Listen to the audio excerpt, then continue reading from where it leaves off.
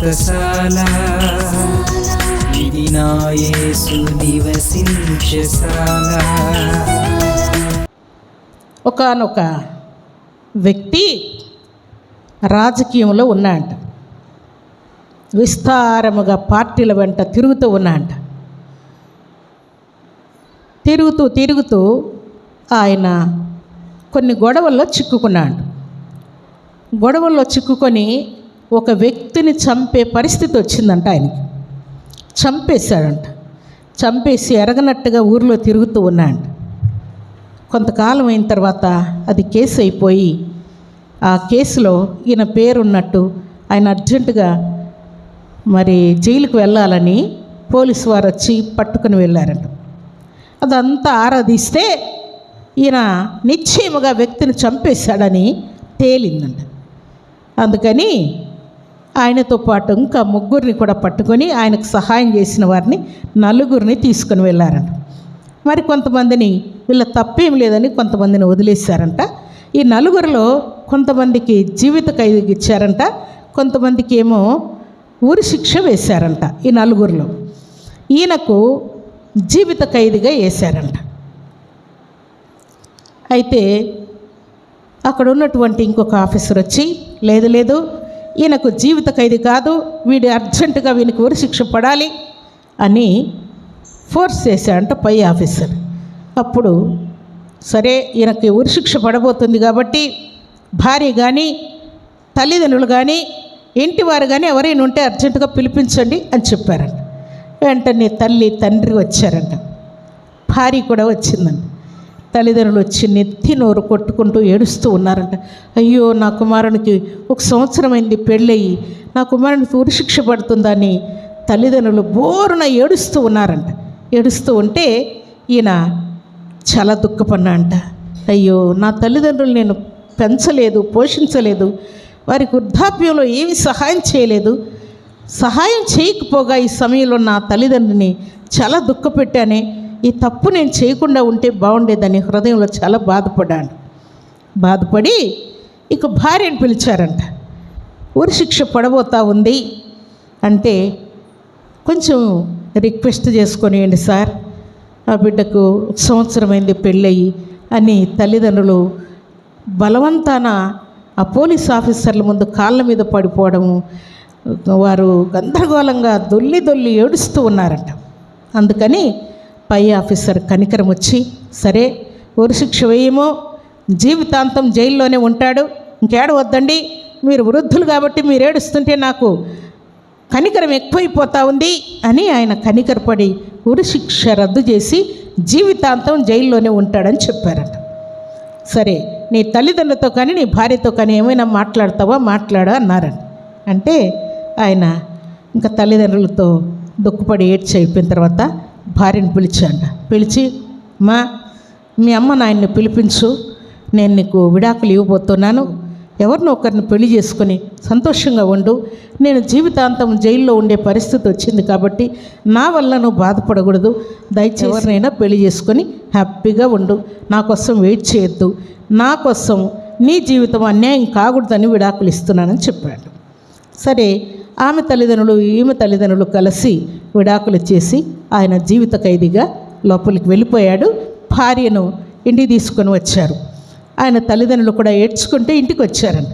వచ్చిన తర్వాత అందరూ అంటున్నారంట, ఆమెను సంవత్సరం కదా పెళ్ళయ్యి, నీ భర్తే చెప్పాడు కదా, బుద్ధి ఉందా కొంచెమైనా, పెళ్ళి చేసుకోమని ఆయనే చెప్పాడు కదా, జీవితాంతం జైల్లోనే ఉంటాడు, ఇంకెక్కడికి వస్తాడని వెయిట్ చేస్తావు, అర్జెంటుగా ఎవరినో ఒకరిని మాట్లాడతాం, పెళ్లి చేసుకోవాలి అని ఆమె తరపు బంధువులు భర్త తరపు బంధువులు అందరూ బెదిరిస్తూ ఉన్నారట.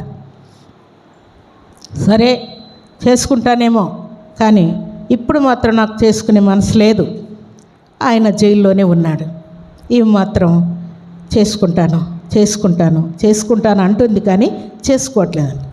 ఇలాగ కాలం గడుస్తూ ఉండగా ఈ కుమార్తె, దేవా నీ చిత్తం ఏంటయ్యా, నువ్వే కదా పెళ్లి చేశావు, సంవత్సరం అయింది నా భర్త నేను కలిసి హ్యాపీగా ఉన్నాం, నా భర్త ఎన్నడూ కూడా నన్ను ఇబ్బంది పెట్టలేదు, కొట్టలేదు, తిట్టలేదు, ఏ రోజు కూడా నా మనసు నొప్పించలేదు, సంవత్సరం పాటు పసిబిడ్డలాగా నా భర్త నన్ను చూసుకున్నాడు. ఆయన జైల్లో దుఃఖపడుతూ ఏడుస్తూ ఉంటే ఆయన వదిలేసి నేను ఎట్లా పెళ్లి చేసుకుంటానయ్యా, నా వల్ల కాదు, నా పెద్దలకు నేను చెప్పలేకపోతున్నాను, నీవే నాకు సహాయం చెయ్యి, నీ చిత్తం ఏంటి నా జీవితం విషయంలో అని దేవుని సన్నిధిలో ప్రార్థన చేసుకుంటూ ఏడ్చుకుంటూ తన భర్తను తలపోసుకుంటూ ఆ కుమార్తె అలాగే ఉంది. 1 సంవత్సరం, 2 సంవత్సరాలు, 3 సంవత్సరాలు, 5 సంవత్సరాలు అయిపోయినట్టు అందరూ ఫోర్స్ చేస్తున్నారట. ఏంటి, ఎన్నిసార్లు చెప్పాలి, పెద్ద మనిషి అయిపోయావా నువ్వు, మాకంటే పెద్దదానివా, మాకంటే బుద్ధి జ్ఞానం ఉందా నీకు, ఎన్నిసార్లు చెప్పాలి, చిన్నపిల్లవి చెప్పిన మాట వినడానికి రాదా అని బెదిరిస్తూ ఉన్నారంట. 5 సంవత్సరాలు అయిన తర్వాత గట్టిగా చెప్పేసిందంట, నా భర్త వస్తే ఆయన్నే మరలా పెళ్లి చేసుకుంటాను, రాకపోతే ఇలాగే ఉంటాను, ఇంకో పెళ్ళి మాత్రం నేను చేసుకోను. ఎందుకంటే దేవునికి నేను ప్రార్థన చేస్తున్నాను, దేవుడు నా భర్తనైనా పంపిస్తాడు, లేదంటే ఇలాగే నన్ను పరిశుద్ధమైన జీవితాన్ని కొనసాగించడానికి ఆయన శక్తినైనా నాకు ఇస్తాడు, కాబట్టి నన్ను బలవంతం చేయొద్దండి, నన్ను ఇబ్బంది పెట్టొద్దండి అని ఆమె చెప్పిందంట. 3 తమ్ముళ్ళు ఉన్నారంట. వారి భార్యలు కూడా ఈమెను పొద్దున్న లేయగానే మొహం చూడాలి, దరిద్రాలు, విధవరాలు వంటిది, భర్త జైల్లో కూర్చున్నాడు, పెళ్లి చేసుకోమంటే ఈమె తెల్లవారగానే మొహం చూడాలి అని అందరూ ఆమెను హేళన చేస్తున్నారు. అయితే దేవుడు చేసినటువంటి కార్యం ఏంటంటే, జైల్లో ఆయన తప్పు చేశాను, అనవసరంగా నా తల్లిదండ్రులకి పాపం అమాయకురాలైనటువంటి నా భార్య కొత్తగా వచ్చింది, సంవత్సరానికి ఆ బిడ్డకు విడాకులు ఇచ్చి ఆ కుమార్తెను వేరే వాళ్ళను పెళ్లి చేసుకోమని చెప్పాల్సిన పరిస్థితి వచ్చింది అని చాలా చాలా దుఃఖపడుతూ హృదయంలో వేదన పడుతూ ఉన్నాడు. ఆయన ఇలాగ దుఃఖపడుతూ ఉంటే జైల్లో వాక్యం చెప్పడానికి కొంతమంది సేవకులు వచ్చారంట. వచ్చి వాక్యం చెప్తూ ఉంటే ఈయన వాక్యం వింటూ ఉన్నాడంట. కొన్నిసార్లు ఆ జైల్లో చిన్న చిన్న నాటికలు కూడా వేస్తూ ఉంటారంట. క్రిస్మస్ వచ్చిందంట. ఆ టైంలో నువ్వు చాలా చక్కగా పాడుతున్నావు, చాలా చక్కగా మాట్లాడుతున్నావు, నువ్వు కొంచెం ఈ చిన్న నాటిక క్రిస్మస్కి ఒక నాటిక ఇస్తున్నావు, దాంట్లో నువ్వేమైనా ఒక పాత్ర తీసుకుంటావా అని ఆయన అడిగారంట.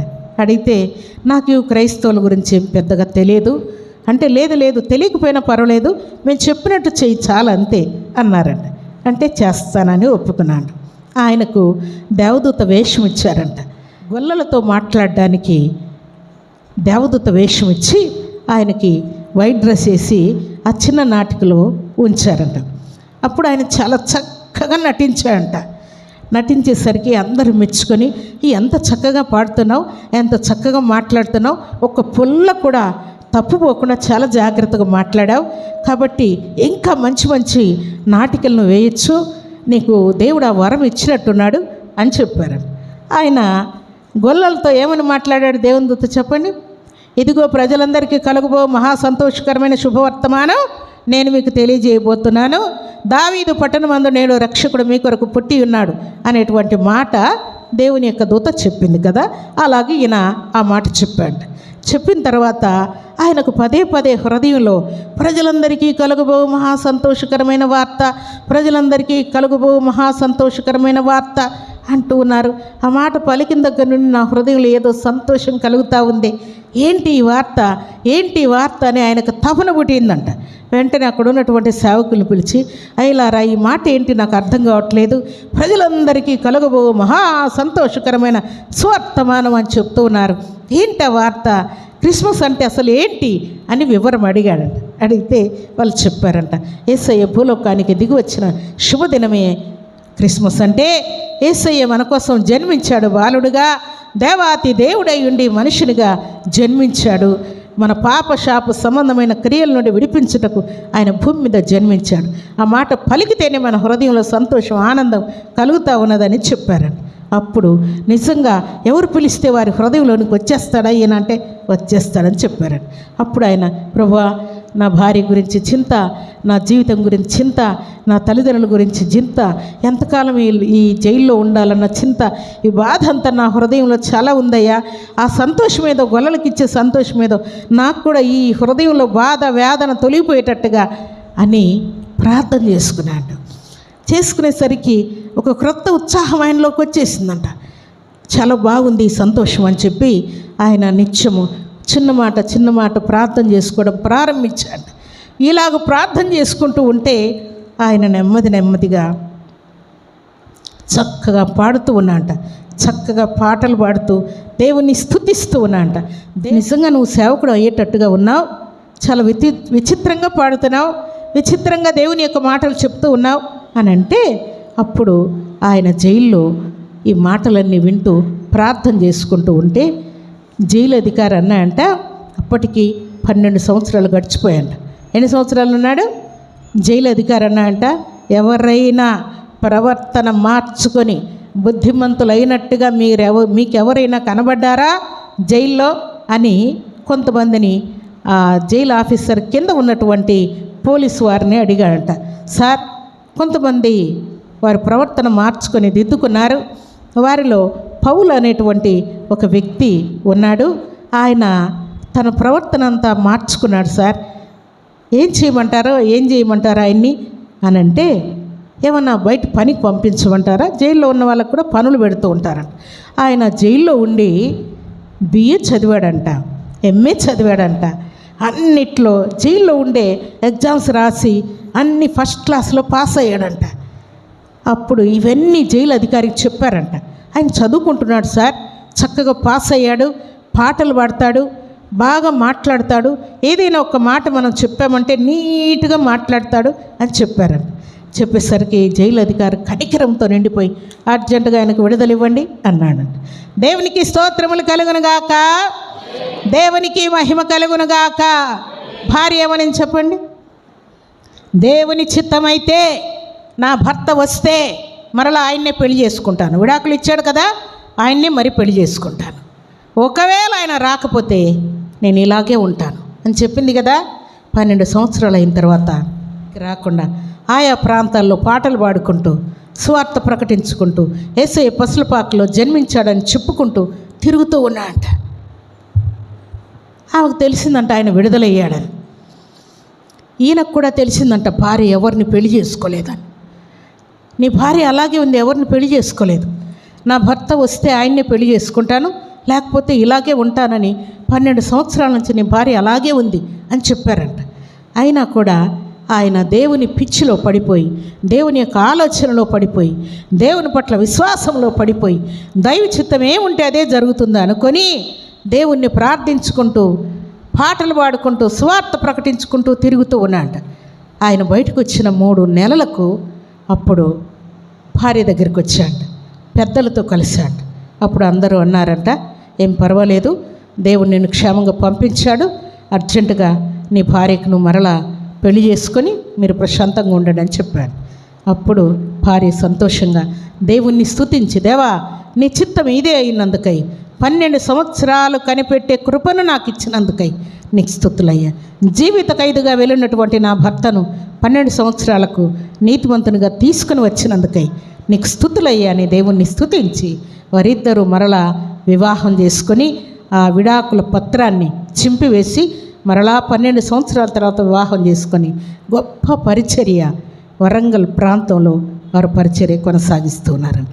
దేవునికి స్తోత్రములు కలుగునుగాక, దేవునికి మహిమ కలుగునుగాక. దేవుని సన్నిధిలో చేరిన దేవుని బిడ్డలమైన మనం నాగటి మీద చేయబెట్టిన తర్వాత, తీర్మానం చేసిన తర్వాత, ప్రభు బిడ్డలుగా నిలబడిన తర్వాత వెనకంజ వేయకూడదు సుమా. ఏం చేస్తానని నువ్వు దేవుని దగ్గర తీర్మానం చేసుకున్నావో వాటిని నువ్వు గట్టిగా పట్టుకుంటే దేవుడు నీ కొరకు జీవులను మారుస్తాడు, అధికారులను మారుస్తాడు, జీవిత ఖైదీలను కూడా దేవుడు తీసుకొని వస్తాడు. ప్రియులారా, జాగ్రత్త పడదాం. దేవుడు నీ కోసం దాచి ఉంచినటువంటి ఆశీర్వాదాలు కనుమరుగై ఉన్నాయి. ఈమె 12 సంవత్సరాలు జరగబోయేటువంటి మేలు కోసం వెయిట్ చేసింది. ప్రియులారా, 1 నెల ఆగుతావా నువ్వు? ఒక 6 నెలలు ఆగుతావా? ఏమైనా దేవుడు కార్యం చేస్తాడేమో. 1 సంవత్సరం ఆగుతావా దేవుని కోసం? ఆగలేవు. కనిపెట్టకపోతే దేవుని యొక్క ఆశీర్వాదపు కార్యాలు మీరు అనుభవించలేరు. ప్రియులారా, దేవుని కోసం కనిపెట్టండి. ఏదైనా సరే, అది ఆరోగ్యమైన, విద్య అయినా, బుద్ధి అయినా, వివాహమైన, సంతానమైన, అప్పులైనా, కేసులైనా, గొడవలైనా, అల్లరులైనా, లేక నీకు నీ భర్తకు, లేక నీకు నీ భార్యకు గొడవలైనా, తప్పిపోయినా, విడిపోయినా కనిపెట్టండి. దైవ చిత్తాన్ని కనిపెట్టండి. దేవుడు శుభకరమైన ఆనవాలు మీ జీవితంలో చేయబోతూ ఉన్నాడు. దేవుడిచ్చినటువంటి మాట ప్రకారం దేవుని సన్నిధిలో చేరినటువంటి మనమందరం కూడా కనిపెట్టే వారముగా, ఓపిక కలిగిన వారముగా, ఓర్పు కలిగిన వారముగా, సహనము కలిగిన వారముగా ఉండాలని దేవుడు కోరుకుంటున్నాడు. మీరు పరిగెత్తేవారుగా ఉంటే కృప కోల్పోతారు. దేవుని యొక్క ఆశీర్వాదాన్ని మీరు కోల్పోతారు. దేవుని కొరకే పరిగెత్తండి, లోకం కోసం పరిగెత్తొద్దు. అందుకని సర్వాధికారి సెలవిచ్చినటువంటి మాట ఏంటంటే, దేవుని కొరకు కనిపెట్టినటువంటి భక్తులందరూ కూడా జయం పొందారు తప్ప ఓడిపోలేదు. ప్రియులారా, దేవుని కొరకు ముందంజ వేస్తూ మొదటి వారమై దేవునికి మహిమ తెచ్చే పాత్రలుగా మనం ఉండాలని పరిశుద్ధాత్మ దేవుడు కోరుకుంటూ ఉన్నాడు. అలాంటి కృపా భాగ్యం సర్వశక్తిమంతుడైనటువంటి దేవాతి దేవుడు సర్వ సమృద్ధిగా మనందరికీ అనుగ్రహించి ఆశీర్వదించునుగాక. ఆమేన్.